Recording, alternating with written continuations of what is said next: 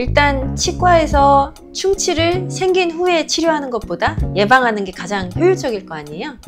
그 예방을 하기 위해서 가장 더 효과적이고 효율적인 그런 방법이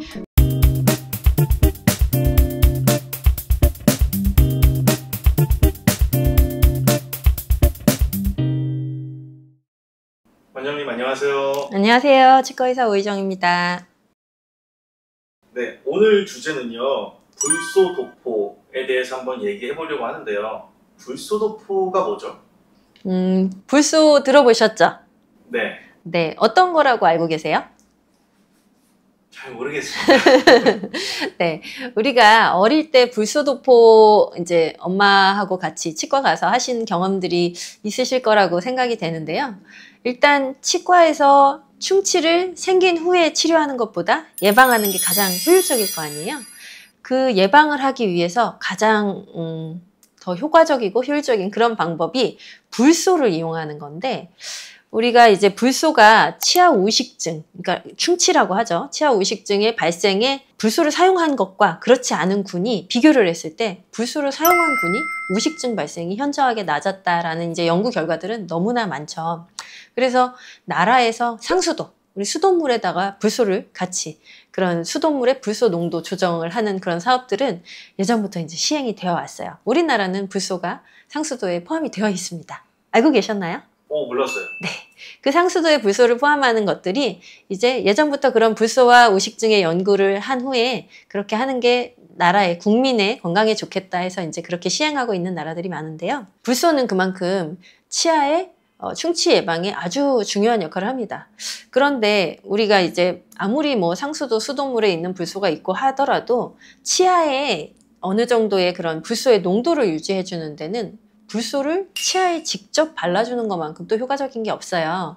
그래서 일단은 매일 쓰는 우리 치약에 불소가 들어 있을까요, 없을까요? 치약 본 것 같아요. 그쵸. 네. 있는 치약이 대부분이에요. 보통 한 90% 이상은 치약에 불소가 들어있다 생각하시면 되고, 없는 치약이 따로 있는 거죠. 무불소 치약이라고 해서 이제 그런 치약은 어떤 때 쓰냐면 너무 아이가 어려요. 그래서 뱉는 걸 못해요. 그럴 때는 무불소 치약을 사용할 수 있겠지만, 아이가 일단은 어느 정도 커서 본인이 양치를 하고 뱉을 수 있다, 다 뱉어낼 수 있다 하면 무불소 치약이 아니라 불소 치약을 쓰는 것이 아이의 충치 예방에는 당연히 좋습니다. 어머님들이 그래서 불소 그거 잘못하면 그 독극물인데 아이가 잘못 삼키면 안 되니까 우리 애는 무불소 치약이나 저불소 치약을 써야 되는 거 아닌가요? 물론 어느 정도 맞는 말씀인데 아이가 뱉어내기만 하면 문제가 없어요. 그래서 어린아이가 아닌 큰아이에게서 무불소, 저불소의 치약을 쓰는 것은 아이의 충치 예방에 전혀 도움이 되지 않아요. 그래서 뱉을 수 있는 정도의 나이에서는 무조건 불소 치약을 추천을 드리고요. 특히나 교정치료를 하는 아이들 같은 경우는 저희는 이제 교정치료용 치약을 따로 이제 제공도 하고 있는데, 고농도의 불소가 들어있는 치약을 쓰기도 해요. 물론 당연히 아이들이 잘 뱉어낸다는 전제 조건 하에서죠. 그랬을 때 불소가 고농도로 이제 접촉이 됐을 때 치아 우식증을 예방하는 효과는 당연히 더 좋겠죠. 불소를 언제 그럼 도포해야 되는지, 어떻게 해야 되는지 그게 또 궁금하실 수 있잖아요. 불소는 이제 치아가 나고 나서 우리가 한 24개월 정도면 유치가 다 나요. 유치가 다 나고 물론 그때부터 불소 도포는 시작은 할 수 있어요. 근데 처음에 말씀드렸듯이 아이가 뱉을 수 있어야 됩니다. 못 뱉는 아이한테 고농도의 불소를 계속 주면 안 돼요.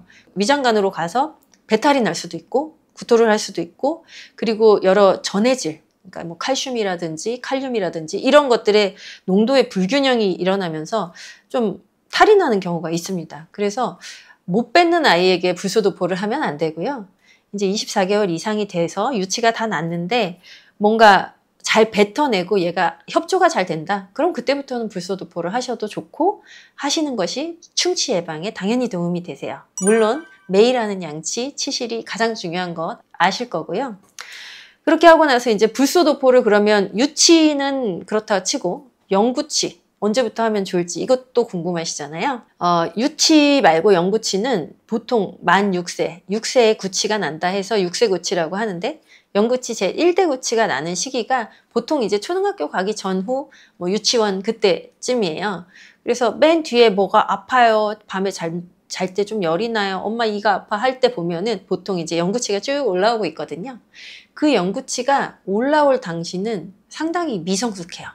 우리 어른들처럼 치아에 그런 성분이 미네랄이 꽉 차가지고 충치가 좀 예방이 잘 되는 그런 딱딱한 그런 구조가 아니고 물론 단단하지만 조직학적으로 그리고 성분적으로는 미성숙하다 해서 거기에 불소가 침착되기 좋은 환경. 다시 말하면 충치도 생기기 쉬운 환경이에요. 그래서 충치가 먼저 생길지 내가 불소를 도포해서 치아를 튼튼하게 할지를 이제 결정을 하시는 건데 어쨌든 영구치가 날 때부터 영구치가 다 맹출하는 시기까지 보통 우리가 뭐 15세라고 하는데요.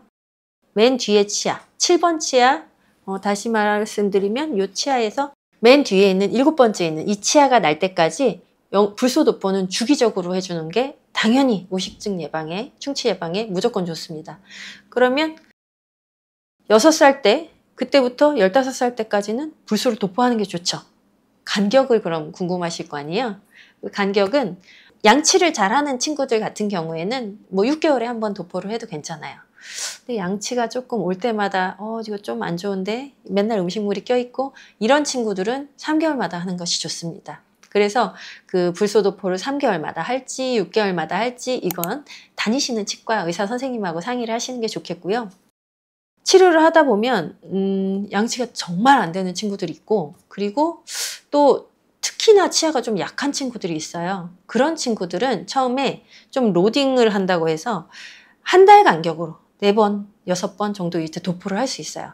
한 달 간격으로 쭉 4번 정도 도포하고 3개월 있다 또 하고 또 6개월 있다 또 하고 이런 식으로 불소를 처음에 좀 많이 자주 도포를 해주는 것이 충치 우식 활성도가 높은 친구들에게서는 도움이 될 수 있어요. 근데 이제 어머님들은 그 불소 그렇게 자주 해도 되는 거야 이렇게 생각하실 수 있는데 이게 다 교과서에 있는 내용 말씀드리는 거고요. 수년간 수십 년간 예방치의학 선생님들이 연구하신 그런 결과들을 토대로 팩트를 말씀드리는 거라서 그런 정도의 걱정은 불소를 잘 뱉을 수 있는 친구면 그런 정도의 걱정은 안 하셔도 괜찮으실 것 같아요. 그래서 불소를 이렇게 1개월, 3개월, 6개월 이렇게 도포를 하는 게 그 불소들이 치아 그리고 타액 이런 부분들에 치태 이런 부분들에 남아 있습니다. 그래서 치아의 이 표면에 남아 있다가 나중에 우리가 이제 단 거를 먹었잖아요. 단 걸 먹으면 입안에 있는 세균들이 그 단 거를 막 분해를 해요. 단 걸 분해하면서 산을 만들어요. 그 산을 만들면 치아의 미네랄들을 녹여요. 이런 과정에서 불소가 딱 짜잔 하고 나와서 얘네들을 이 세균의 그런 당 대사들도 방해를 하고 이렇게 분해하지 마 이렇게 방해를 하는 그 세균의 효소들이 있거든요. 그런 거에 작용을 억제하는 작용도 불소가 하고요. 그리고 미네랄이 자꾸 녹아져 나올 때 불소가 결합을 해서 미네랄이 녹아져 나오지 않도록 입안에 머무르면서 그런 작용들을 합니다. 그래서 아이들에게 불소 도포는 꾸준히 해주시는 것이 충치 예방에 아주 좋은 그런 가성비 좋은 예방법이라고 할 수 있겠어요. 원장님 그러면 성인들도 불소 도포를 하기도 하나요? 그렇죠. 성인들에게서 불소 도포를 하는 경우들은요. 성인들에게서도 우식 활성도가 조금 높다고 생각되는 분들 일단 할 수 있을 거고 또 성인분들은 시린이에 많이 도포해요. 네. 왜 그러냐면 우리 치아의 그 불소의 농도가 이제 좀 다른데 불소를 이제 농도를 이제 보면 범랑질 표층 그러니까 이 바깥쪽이 제일 높고 그 안쪽으로 들어갈수록 이제 그런 농도들이 낮아지고 불소를 도포했을 때 상아질이 갈수록 점점 불소는 없는데 잇몸이 이제 내려가다 보면 상아질이라고 하는 구조물이 노출돼요. 그러면 거기가 막 시리고 더 빨리 썩고 완모도 빨리 되고 무르거든요. 범랑질이라는 조직하고 달라서. 그럼 거기 부위가 많이 패이고 시리고 하실 때 불소를 발라줘요. 그러면 그 치아가 좀 더 탄탄해지면서 치아 우식증도 예방이 되고 그래서 시린이에 많이 쓰실 수 있고요. 또 한 가지는 항암 치료하시는 분들 방사선에 노출이 되거나 하면 항암 치료뿐만 아니라 타액 건조증 침이 잘 안 나오는 분들 계세요. 그래서 침이 많이 돌고 해야 입안에 이런 충치 세균도 빨리 씻겨나가고 산도 희석이 되고 할 텐데 그게 안 되시는 분들은 그렇게 다발성으로 쫙 우식증, 충치가 쫙 생길 수가 있어요. 특히나 잇몸이 내려간 부위의 뿌리 부분에 그 치근면 우식증이라고 하는데 방사선학적인 치료를 받을 때 그 항암 치료 받으실 때 타액성 건조증일 때 이런 분들에게서 미리 치료하기 전부터 충치를 도포를 해주시고 치료 중에도 당연히 간격을 두셔서 하시면 충치 예방하는 데 도움이 됩니다. 그래서 이제 충치 예방에 있어서는 불소는 평생 구강 건강의 동반자다 뭐 이런 얘기도 있어요.